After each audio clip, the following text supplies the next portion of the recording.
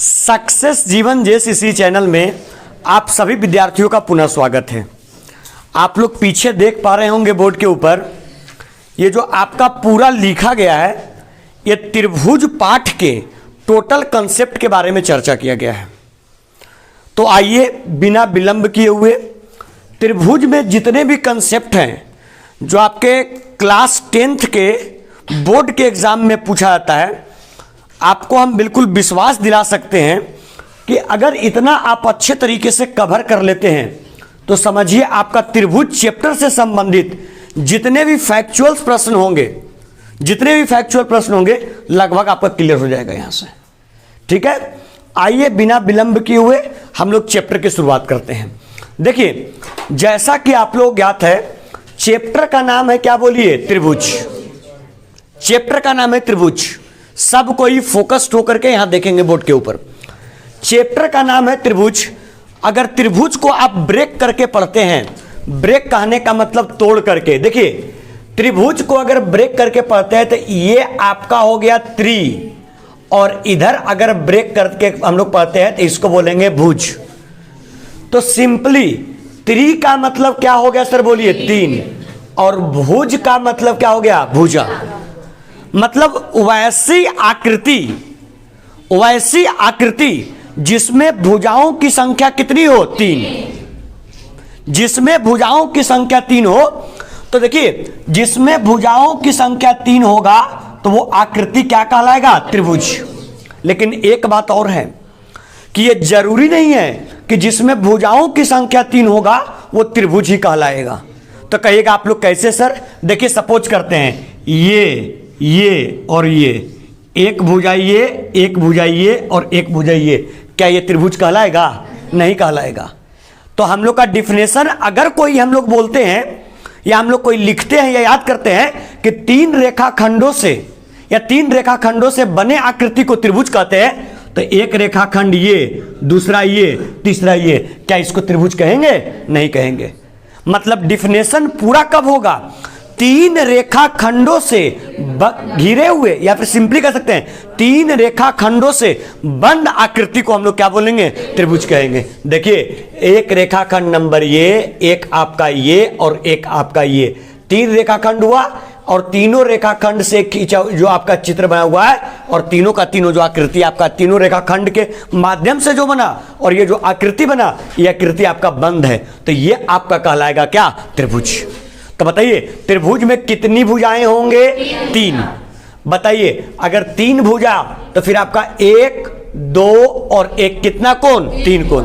तो त्रिभुज में आपका तीन भुजा और कितना कोण? तीन कोण।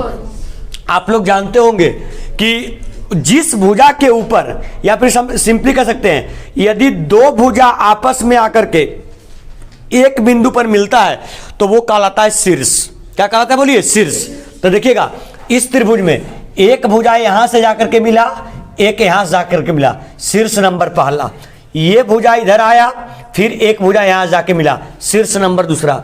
एक भुजा इधर आया, एक भुजा पुनः यहां जाके मिला, शीर्ष नंबर कैमा? तीसरा। तो उसी प्रकार से हम लोग याद रखेंगे कि तीन रेखाखंडों से बंद आकृति को हम लोग त्रिभुज बोलेंगे। त्रिभुज में तीन भुजा, तीन कोण और कितना शीर्ष? तीन शीर्ष। और ये भी जानते हैं कि त्रिभुज के तीनों कोणों का योगफल 180 डिग्री के बराबर भी होता है। तो आज के बाद याद रखेंगे ये कंसेप्ट कि त्रिभुज में आपका तीन भुजा, तीन कोण, तीन शीर्ष और तीनों का योगफल 180 डिग्री के बराबर होता है। अब देखिए त्रिभुज का डिस्ट्रीब्यूशन किया गया है, त्रिभुज का बंटवारा किया गया है दो प्रकार से। एक आपका किसके विचार से बोलिए? कोण के विचार से। और एक त्रिभुज का बंटवारा किया गया किसके? भुजा के विचार से। आप लोग क्लास 9th में पढ़े होंगे। त्रिभुज में दो तरीके से बंटवारा किया जाता है, एक आपका कोण के विचार से और एक किसके? भुजा। अब बताओ जहां पर आपका कोण के विचार से डिस्ट्रीब्यूशन होगा, जहां पर डिस्ट्रीब्यूशन कोण के विचार से होगा, तो बताइएगा कोण के विचार से जब भी होगा तो इसमें जितने भी आपके ये त्रिभुज बनेंगे सबके डिफिनेशन में यूज होगा किसका? कोण के बारे में। और जब भी डिस्ट्रीब्यूशन किसके विचार से? भुजा के विचार से।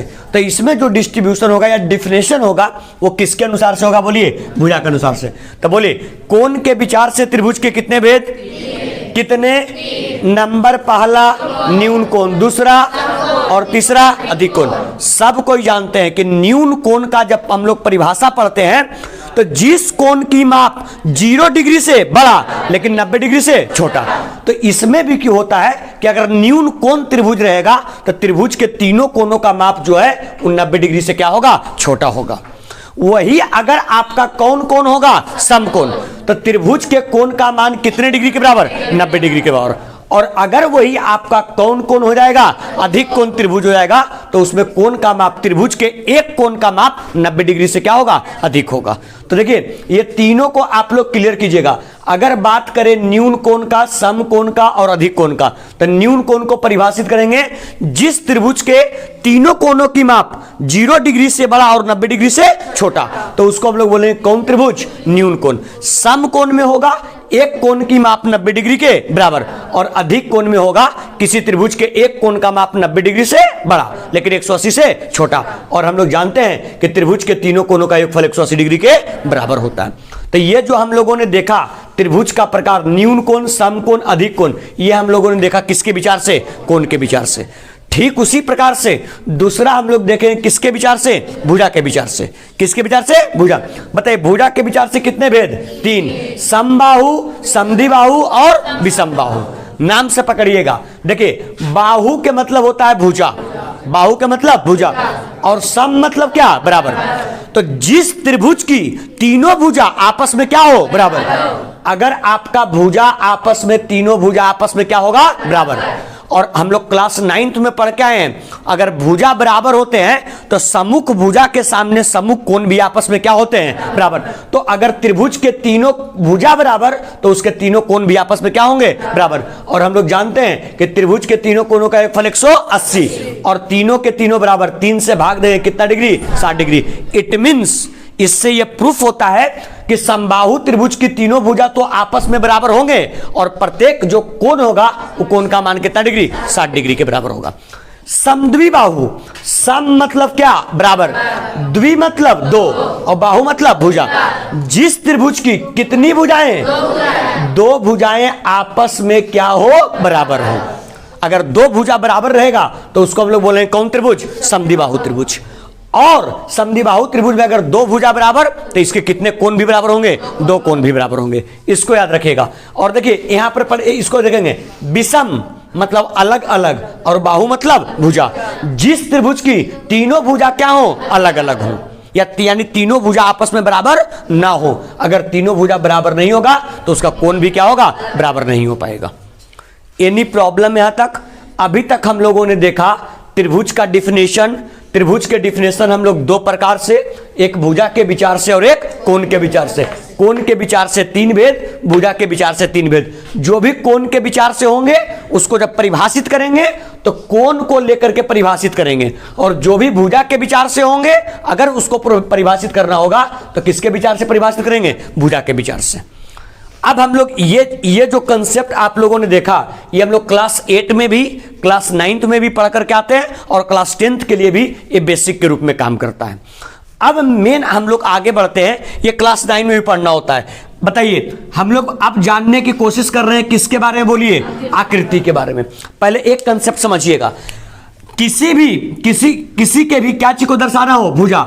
भुजा को अंग्रेजी में साइड, साइड का फर्स्ट लेटर क्या, एस, इसलिए भुजा को डिनोट किससे, एस से।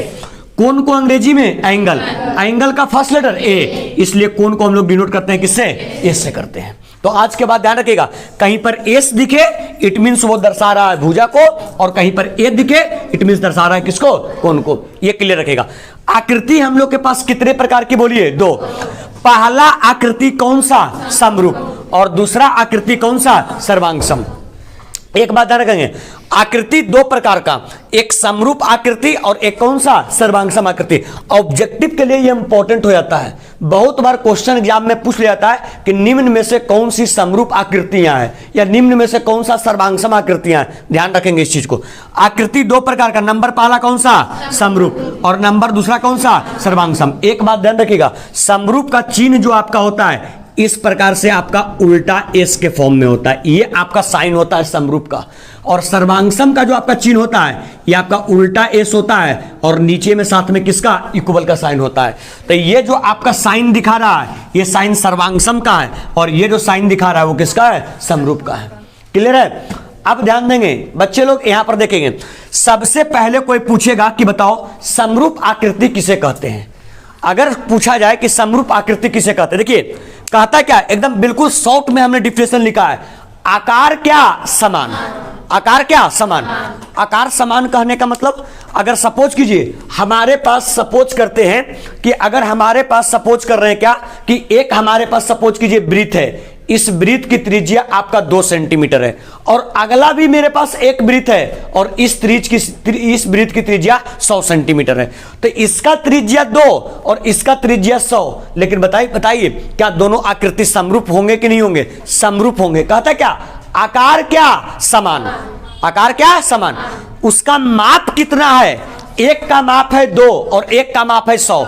माप के ऊपर यह निर्भर नहीं करता है, सिर्फ और सिर्फ किसके ऊपर, आकार के ऊपर। जैसे देखिए सपोज कीजिए हम मनुष्य हैं और आप भी मनुष्य हैं, लेकिन अब देखिए बॉडी के स्ट्रक्चर में डिफरेंस हो सकता है, किसी का नाक टेढ़ा है, किसी का नाक मोटा है, किसी का चेहरा चौड़ा है, किसी का चेहरा पतला है, किसी का नाक पतला है, उसमें डिफरेंस हो सकता है। लेकिन आप भी मनुष्य हम भी मनुष्य, तो हम लोग दोनों आपस में क्या होंगे, समरूप। क्या होंगे, समरूप। इसीलिए कहा गया है बच्चे लोग, एग्जाम्पल बड़ा इंपॉर्टेंट है, इसीलिए कहा गया है कि जितने भी वृत्त होते हैं सबके सब आपस में क्या होते हैं, समरूप। त्रिज्या कुछ भी हो मैटर नहीं करता है, त्रिज्या कुछ भी हो मैटर नहीं करता है, सिर्फ और सिर्फ ये देखेंगे कि आकृति कैसा है। बोलिए आकृति एक जैसा है या नहीं है। तो बोलिए सभी वृत्त आपस में क्या होंगे, समरूप। सभी वर्ग आपस में क्या होंगे, समरूप। और देखिए ये आपका बोर्ड में भी पूछा गया है, समबाहु त्रिभुज जो होते हैं वो भी आपस में क्या होते हैं, समरूप ही होते हैं। समबाहु त्रिभुज जो होते हैं वो आपस में समरूप। देखो बाबू, जब पढ़ा रहे होते हैं तो इन्हें उन्हें छटपट करता है, अगर एक चैप्टर छूट जाएगा तो जाए घड़ी मुंह मान धरेले रहेगा, सर ये नहीं पढ़े हैं, और जब पढ़ा रहे हैं तो ऐठ जोट कर रहा है, बेवकूफ कहीं का, दिमागे नहीं काम करता है। छाप लेने से खाली हो जाएगा, किसके समझने से भी होगा। जब क्वेश्चन पूछेगा बोर्ड में कौन सा समरूप है, कौन सा, टाइम टाइम फीस हो जाएगा, लेड़ कहीं का। देखो हम बात कर रहे हैं कौन आकृति का, समरूप। तो समरूप आकृति में, याद है ना, समरूप आकृति में आकार समान होना चाहिए, आकार समान होना चाहिए। जैसे सपोज कि 2 साइकिल रखते हैं, एक साइकिल किसी और कंपनी का, एक साइकिल किसी और कंपनी का, केवल दोनों साइकिल है इसलिए दोनों साइकिल समरूप होगा। लेकिन यदि दोनों एक ही कंपनी का साइकिल लाते हैं तो उसका चक्का का भी त्रिज्या बराबर होगा, उसका हाइट भी बराबर होगा और सब कुछ बराबर होगा। देखिए अगर आपका समान आकार भी हो और समान माप भी हो, अगर माप भी समान हो आकार भी समान हो तो उसको समरूप नहीं, कौन आकृति, सर्वांगसम आकृति कहते हैं।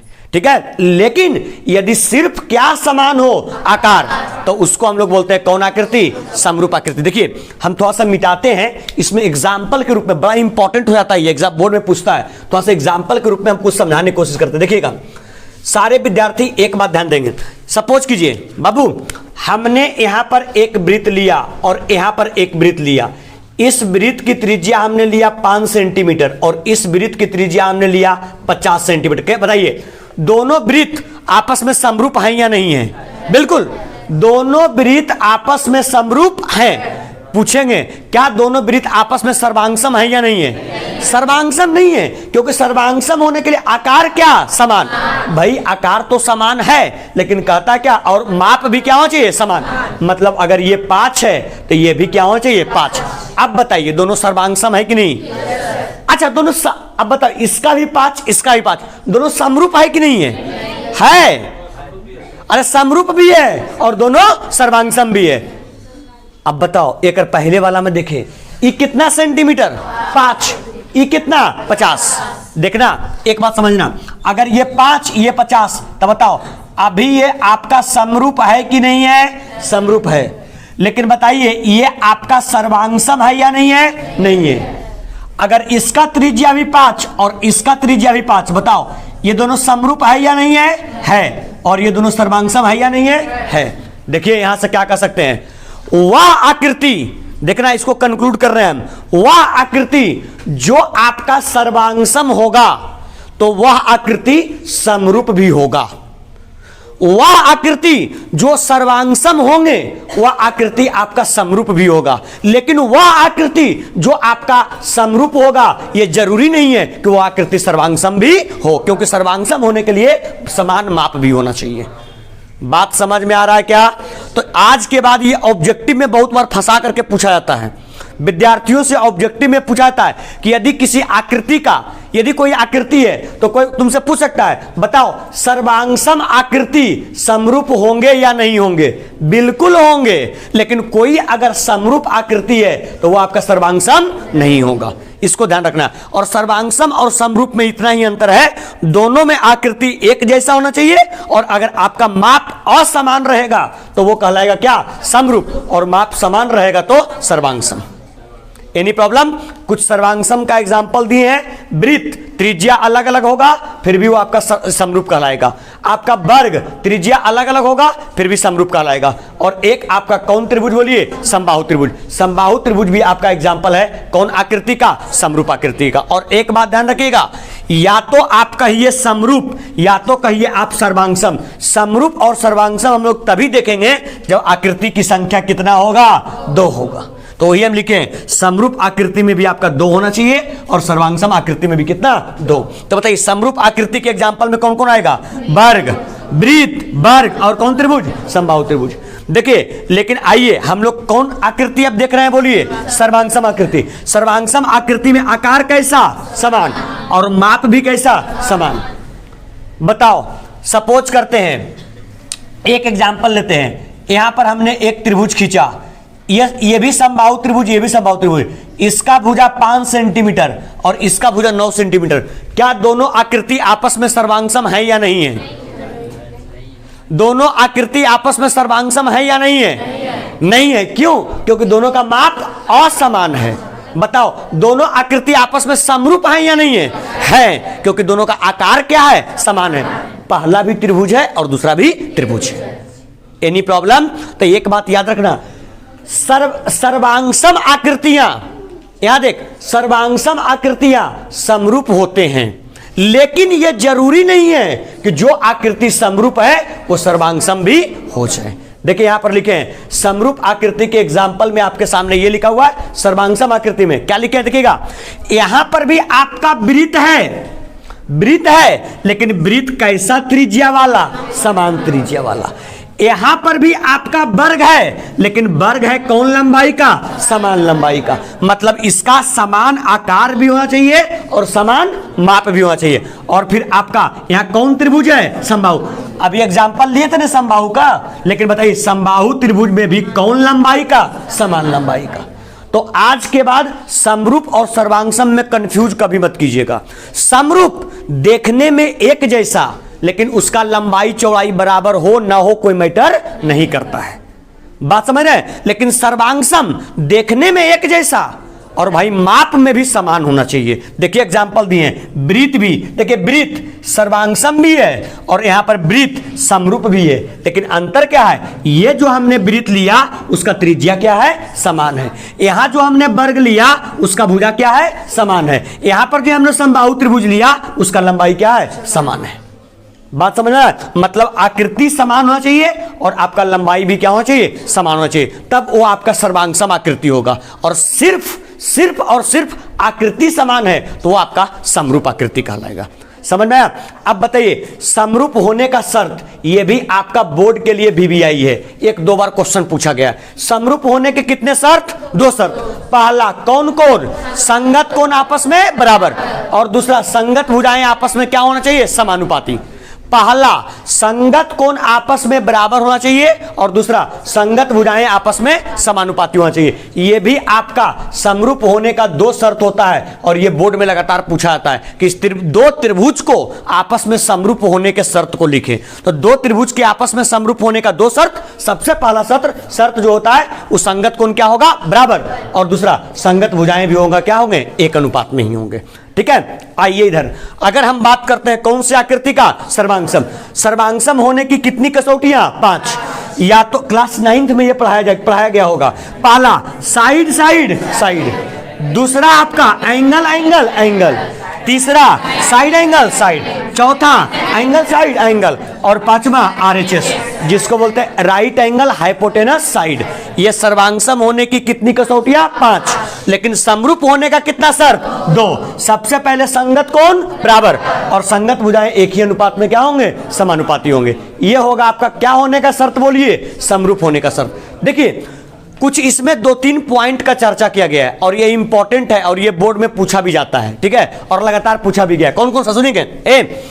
यदि एक त्रिभुज के 2 कोण, एक त्रिभुज के कितने कोण? 2 कोण, अन्य त्रिभुज के क्रमशः 2 कोणों के बराबर हो तो त्रिभुज समरूप होंगे। उदाहरण के तौर पर देखिए, अगर सपोज कीजिए हम लोग एक त्रिभुज ये लिए और दूसरा त्रिभुज ये लिए, इसका मान आपका 60, इसका भी मान 60, इसका मान 50 और इसका भी मान 50। क्या बोलता है? यदि एक त्रिभुज के 2 कोण, पहला त्रिभुज का एक कोण, एक दूसरा कोण, एक अन्य त्रिभुज के क्रमशः 2 कोण, इसका एक कोण और इसका 2 कोण, ये इसके साथ बराबर, ये इसके साथ बराबर, तो दोनों त्रिभुज आपस में क्या होगा? समरूप होगा। आपस में क्या होंगे? समरूप। पहले त्रिभुज के 2 कोण और दूसरे त्रिभुज के 2 कोण आपस में बराबर हैं तो दोनों त्रिभुज आपस में क्या कहलाएंगे? समरूप त्रिभुज कहलाएंगे। ठीक है, ये आपका नोट का point number first. Point number second, 2 समरूप त्रिभुजों के क्षेत्रफलों का अनुपात, किसका अनुपात? क्षेत्रफलों। क्षेत्रफलों का अनुपात इनकी संगत भुजाओं के अनुपात के क्या होता है? बराबर। संगत भुजाओं के अनुपात के वर्ग के क्या होता है? बराबर। बड़ा इंपॉर्टेंट क्वेश्चन है ये, और ये जो कंसेप्ट बना है बड़ा इंपॉर्टेंट। क्या बोलता है? 2 समरूप त्रिभुजों के क्षेत्रफलों का अनुपात। देखिए इसका मतलब पहले त्रिभुज का क्षेत्रफल और दूसरे त्रिभुज का क्षेत्रफल, दोनों त्रिभुज के क्षेत्रफल का अनुपात उनकी संगत भुजाओं के अनुपात के वर्ग।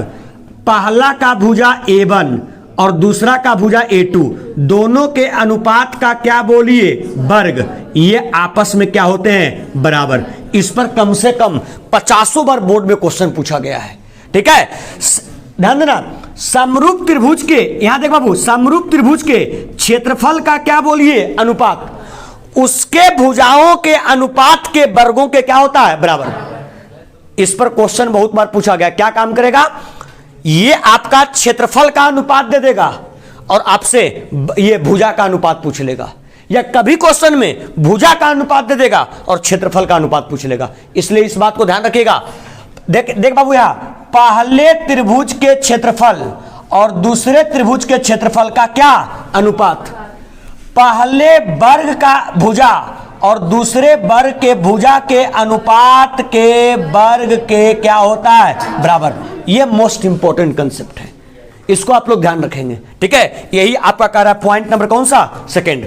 आइए सर, पॉइंट नंबर कौन सा? थर्ड। क्या बोलता है? यदि 2 त्रिभुज के संगत कोण बराबर हों, त्रिभुज के कौन कौन? संगत। देखिए पहला का कोण 60, दूसरा का कोण भी 60, ये संगत कोण। ये 50, ये 50, अगर ये 60, ये 60, ये 50, ये 50, संगत कोण बराबर है कि नहीं? अगर संगत कोण बराबर है तो त्रिभुज जो होंगे सबसे पहले क्या होंगे? समरूप। 2 त्रिभुज के कौन कौन बोलिए? संगत कोण। अगर संगत, यहां देखिए हम बोले थे यदि संगत कोण आपस में बराबर होगा तो त्रिभुज क्या कहलाएगा? समरूप। और जानते हैं उस त्रिभुज का नाम क्या है? उस समरूप त्रिभुज को हम लोग बोलेंगे कौन? कोणिक। समान कोण। समान मतलब बराबर, और कोणिक मतलब कोण, मतलब जिस त्रिभुज की कोण आपस में क्या हो? समान। तो ये आपके त्रिभुज समरूप भी होंगे और कहलाएंगे कौन? कोणिक। समान कोणिक कहलाएंगे। देखिए अब आगे बढ़ते हैं। ये इतना मेन कंसेप्ट था आपका त्रिभुज का, इतना जो आपके सामने लिखा हुआ है ये मेन कंसेप्ट था त्रिभुज का। अगर इसके आगे बढ़ेंगे तो देखिए ये जो आप देख रहे हैं 1 2 3 4 5, ये पांचों जो आपका है ये त्रिभुज का परिमेय है, और 5 ही परिमेय नहीं है। ये पहले का, ये देखिए ये जो आप देख रहे हैं ये इसका विलोम है। विलोम कहने का मतलब क्या हुआ? देखिए आइए समझते हैं। परिमेय नंबर पहला जिसको हम लोग बोलते हैं आधारभूत समानुपातिक परिमेय। ठीक है, आधारभूत, देखिएगा इसका नाम से पड़ेगा समानुपातिक। अगर आप समानुपातिक कहने का मतलब अनुपात क्या होना चाहिए? समान, मतलब बराबर अनुपात होना चाहिए।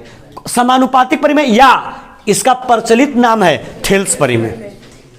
प्रचलित नाम है इसका थेल्स परिमेय। और लगातार आप देख सकते हैं 11, 16, 18, 20, 22 ये कंटिन्यू थेल्स परिमेय पूछा गया है, ये कंटिन्यू थेल्स परिमेय पूछा गया है। ठीक है, आइए समझते हैं थेल्स परिमेय क्या करते। सुनिए, यदि किसी त्रिभुज के एक भुजा के समांतर, देखिए ये मेरे पास एक त्रिभुज था ए बी सी, हमने बीसी भुजा के समांतर एक भुजा खींचा, कौन सा बोलिए, डी। यहां तक ना हमने बीसी, ये पूरा हम प्रूफ करके बताएंगे, एक एक परिमेय, एक एक परिमेय प्रूफ करके बताएंगे। अभी सिर्फ हम लोग इससे रूबरू हो रहे हैं कि हाँ इस प्रकार का परिमेय भी होता है, राइट। यदि किसी त्रिभुज के एक भुजा के समांतर, एक भुजा बीसी है, इसके समांतर हमने एक भुजा कौन लिया, डी, अन्य दो भुजाओं को भिन्न भिन्न बिंदुओं पर प्रतिच्छेद करने के लिए, बताइए एक भुजा हमने लिया बीसी, जो अन्य और इसके समांतर एक भुजा कौन लिया, डी, जो अन्य दो भुजा, एक भुजा कौन बच गया, ए बी, और एक भुजा बच गया कौन, ए सी। ए बी को कौन बिंदु पर, डी पर, और ए सी को किस पर, ई पर। वही बोल रहा है, यदि किसी त्रिभुज के एक भुजा के समांतर, इस भुजा के समांतर हमने इसको लिया, अन्य दो भुजाओं, अन्य दो भुजा में एक आ गया ए बी और एक आ गया ए सी, अन्य दो भुजाओं को भिन्न भिन्न बिंदुओं पर प्रतिच्छेद, ए बी को प्रतिच्छेद किया डी पर और ए सी को प्रतिच्छेद किया ई पर। अन्य दो भुजाओं को भिन्न भिन्न बिंदुओं पर प्रतिच्छेद करने के लिए एक रेखा खींची जाए, यहां पर प्रतिच्छेद किया और यहां प्रतिच्छेद किया, एक रेखा खींच के इसको मिला दिए, तो ये अन्य दो भुजाओं को एक ही अनुपात में विभाजित करती है। विभाजित मतलब जितना मान होगा, बताओ जितना मान होगा किसका, एडी का, उतना ही मान किसका, बीडी का, और जितना मान एई का उतना ही मान इसी का। तो इसी को बोलते हैं समानुपातिक। हमने क्या लिखा, एडी और बटे बीडी, एडी और बटे बीडी बराबर एई और बटे इसी। यही जो आपका हुआ, इसी को हम लोग बोलते हैं थेल्स परिमेय, या फिर इसमें हम लोग चर्चा करते हैं अनुपात का, इसलिए इसको हम लोग बोलते हैं समानुपातिक परिमेय। समझ में आया। तो इसमें हमने सिद्ध किस प्रकार से किया, सुनो, यहां पर त्रिभुज के समांतर अन्य दो भुजा, देखिए हम लोगों ने त्रिभुज के समांतर लिया और हमने प्रूफ किया क्या, ये एक ही अनुपात में विभाजित करता है। यहां समझना, यहां पर हमने क्या लिया, कितना भुजा लिया बोलिए, दो, और दो भुजा लिए, दो भुजा का क्या ले लिए, अनुपात। अगर दो भुजा का अनुपात लिए तो इसमें हम प्रूफ कर रहे हैं क्या, तीसरा भुजा के क्या, समांतर। यहां लिए तीसरा भुजा के समांतर तो प्रूफ किए समान अनुपात, और यहां लिए समान अनुपात तो ये प्रूफ कर रहे हैं तीसरे भुजा के क्या, समांतर। इसलिए इसको कहते हैं थेल्स परिमेय का क्या, विलोम। बाकी ये तो आप लोग जानते ही हैं। नंबर दूसरा, पाइथागोरस परिमेय, समकोण त्रिभुज की सबसे बड़ी भुजा का वर्ग अन्य दो भुजाओं के वर्गों के योगफल के बराबर होता है। अब बताओ यहां पर सुनो, अब इसका विलोम कैसे होगा, यहां पर दिया हुआ रहता है कौन त्रिभुज, समकोण, तो समकोण त्रिभुज दिया हुआ है और प्रूफ करना है कर्ण के स्क्वायर बराबर लंब के स्क्वायर जोड़ आधार के स्क्वायर। इसका विलोम में क्या काम करेगा, कर्ण के स्क्वायर बराबर लंब के स्क्वायर जोड़ आधार के स्क्वायर दे देगा, और प्रूफ करना रहेगा कौन त्रिभुज, समकोण त्रिभुज। समझ में आया। देखो ये कह रहा है, यदि किसी त्रिभुज की एक भुजा का वर्ग अन्य दो भुजाओं के वर्गों के योग के क्या हो, बराबर हो, तो सिद्ध करे कि कौन त्रिभुज होगा, समकोण त्रिभुज। और पाइथागोरस परिमेय क्या कहता है, समकोण त्रिभुज है, तुम सिद्ध करके दिखाओ कर्ण के स्क्वायर बराबर लंब के स्क्वायर जो आधार के स्क्वायर। और इसका विलोम कहता है कर्ण के स्क्वायर बराबर लंब के स्क्वायर जो आधार के स्क्वायर हम दे दिए, तो प्रूफ करके दिखाओ कि त्रिभुज कैसा है, समकोण है। तो इसीलिए ये इसका क्या कहलाया, बोलिए, विलोम कहलाया। विलोम भी देखिए लगातार बोर्ड में पूछा गया है, पाइथागोरस परिमेय भी लगातार में पूछा गया है, थेल्स परिमेय भी एग्जाम में लगातार पूछा गया है, और थेल्स परिमेय का विलोम भी एग्जाम में लगातार पूछा गया है, इसलिए ये इंपॉर्टेंट होता है। बाकी ये आपके और तीन परिमेय हैं। एक परिमेय आपका हो गया क्या, यदि किसी एक त्रिभुज के कितने कोण बोलिए, एक कोण दूसरे त्रिभुज के संगत कोण के बराबर हो तो इसमें त्रिभुज क्या होंगे, समरूप। मतलब ये त्रिभुज दोनों आपस में समरूप प्रूफ करना है। ठीक है, एक परिमेय आपका ये हो गया, ये भी लगातार बोर्ड में पूछा गया। इसको हम लोग बोलते हैं कौन परिमेय, बौद्धायन परिमेय। बौद्धायन परिमेय क्या कहता है, किसी आयत के विकर्ण से, आयत के क्या चीज से बोलिए, विकर्ण से अगर कोई क्या बने, वर्ग, तो उसका जो क्षेत्रफल होगा वो आसन्न भुजाओं से वर्गों के क्षेत्रफल के योगफल के क्या होगा, बराबर। ये भी आपका एक परिमेय। और लास्ट ये आपका एक त्रिभुज में अगर क्या डाला जाए, लंब, तो जो पहला त्रिभुज होगा वो बड़े त्रिभुज के क्या होगा, समरूप होगा। ये भी आपका एक परिमेय प्रूफ करना है। सुनेंगे ये जो है वो त्रिभुज चैप्टर से संबंधित ये इंपॉर्टेंट परिमेय है। ए बच्चे लोग, हम लोग आगे के क्लास में मिलेंगे, नेक्स्ट क्लास में कल से। तो कल से हम लोग पहले ऑब्जेक्टिव वगैरह डील नहीं करेंगे, सबसे पहले डील करेंगे किसके बारे में बोलिए, परिमेय के बारे में, ठीक है। और कल स्टार्ट करेंगे कौन सा परिमेय, थेल्स परिमेय। थेल्स बताएंगे, थेल्स का क्या विलोम, पाइथागोरस बताएंगे और पाइथागोरस का विलोम, ये चर्चा हम लोग करेंगे, ठीक है। चलिए सर, वीडियो में बने रहने के लिए बहुत बहुत धन्यवाद। लेक्चर पसंद आया हो वीडियो को लाइक करें, अभी तक सब्सक्राइब नहीं किए सब्सक्राइब कर लें और अपने आसपास दोस्तों के साथ वीडियो के लिंक को शेयर करते रहें। मिलते हैं हम लोग परिमेय के डिस्कशन के साथ में नेक्स्ट क्लास में। धन्यवाद।